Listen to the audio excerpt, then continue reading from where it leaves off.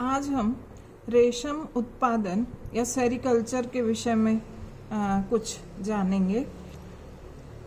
चीन दुनिया का पहला देश है जहां पर लगभग 2000 वर्षों पहले से रेशम उत्पादन और उससे कपड़ा निर्माण की जानकारी उन्हें थी और व्यापारिक रूप से रेशम का उत्पादन वहाँ होता था। भारत में लेफ्रॉय ने 1905-6 में सबसे पहले सेरिकल्चर पर शोध प्रारंभ किया। उन्होंने यह शोध पूसा इंस्टीट्यूट न्यू दिल्ली में किया था। रेशम कीट या सिल्क मॉथ की बहुत सी प्रजातियां रेशम बनाती हैं, परंतु रेशम उत्पादन के लिए कुछ ही उपयोगी हैं। इस मॉथ की सिस्टमैटिक पोजीशन इस प्रकार है। यह phylum arthropoda, class insecta, order lepidoptera और फैमिली बॉम्बिसिडी एंड सैटर्निडी में पाई जाती हैं। सिल्क बनाने वाली कुछ महत्वपूर्ण प्रजातियां इस प्रकार हैं। पहली है मलबरी सिल्कवर्म या शहतूत पर पाया जाने वाला रेशम का कीड़ा। इसे बॉम्बिक्स मोराई नामक वैज्ञानिक नाम दिया गया है। यह फैमिली बॉम्बिसिडी का सदस्य है।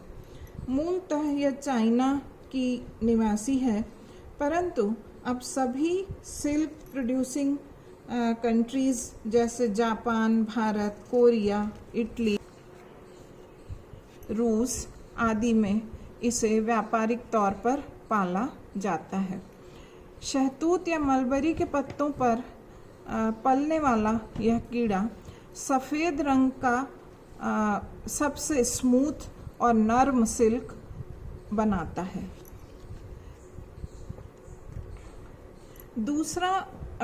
दूसरी प्रजाति है टसर सिल्कवर्म या एंथेरिया पैफिया।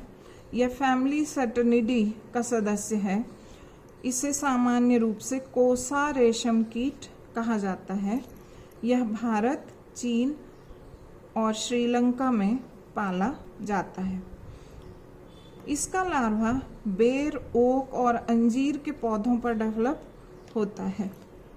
इसके ककून कड़े, काफ़ी बड़े और रिलेबल सिल्क थ्रेड से बने होते हैं। रिलेबल सिल्क का अर्थ है जिसमें एक कंटिन्यूअस या लगातार धागा हो और जिसे लपेटकर एक गिट्टी या रील बनाई जा सके। इसका सिल्क हल्के भूरे रंग का होता है। यह रेशम कीट पूरी तरह से पालतू नहीं बनाया जा सकता, इसलिए इसके ककून जंगल से ही एकत्र किए जाते हैं। तीसरी प्रजाति है मूगा सिल्कवर्म, एंथेरिया असामा। यह भारत के आसाम में काफ़ी कॉमनली पाई जाती है। यह फैमिली सैटर्निडी का सदस्य है और यह एक अर्धपालतू प्रजाति है। यह मैक्युलस नाम के पौधे पर पाला जाता है। इसका सिल्क हल्के पीले रंग का होता है, बहुत चमकदार होता है। इस सिल्क को मूगा सिल्क कहा जाता है। अगली जो प्रजाति है उसका नाम है एरी सिल्कवर्म, एटेकस रेसिनी। यह भी फैमिली सैटर्निडी का सदस्य है। यह कैस्टर या अरंडी के पौधे पर पलता है। इसका सिल्क रिलेबल नहीं होता, इसलिए इससे कातकर धागा बनाया जाता है।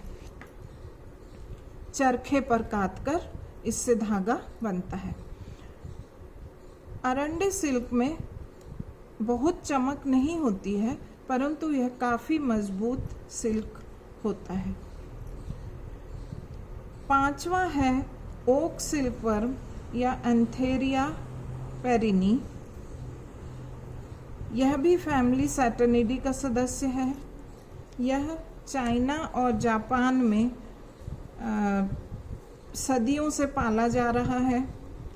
एंथेरिया रॉयलेट हिमालय में बहुत समय से पाला जा रहा है और व्यापारिक उत्पादन में उपयोग में आता है। एंथेरिया यामामाई जापान में सदियों से पाला जा रहा है। इससे बनने वाला सिल्क बहुत अच्छी गुणवत्ता का माना जाता है। फिर है जायंट सिल्कवर्म या एटिकस आल्टास। यह भी फैमिली सैटर्निडी का सदस्य है और भारत और मलेशिया में पाया जाता है। इसे जायंट सिल्कवर्म इसलिए कहा जाता है कि यह सबसे बड़ा जीवित इंसेक्ट है। इसका विंग स्पैन लगभग 11 इंचेस या करीब करीब 1 फुट का होता है। हमने ये जो 6 प्रजातियां देखी, इनमें से 4 ही सामान्य तौर पर सेरिकल्चर या रेशम उत्पादन में उपयोगी हैं। उनका ही उपयोग ज़्यादा किया जाता है। वे प्रजातियां हैं Bombyx mori, Attacus ricini, Antheraea assama and Antheraea paphia. तो आज हमने जाना सिल्कवर्म की वे प्रजातियां जिन्हें सेरिकल्चर में उपयुक्त माना गया है।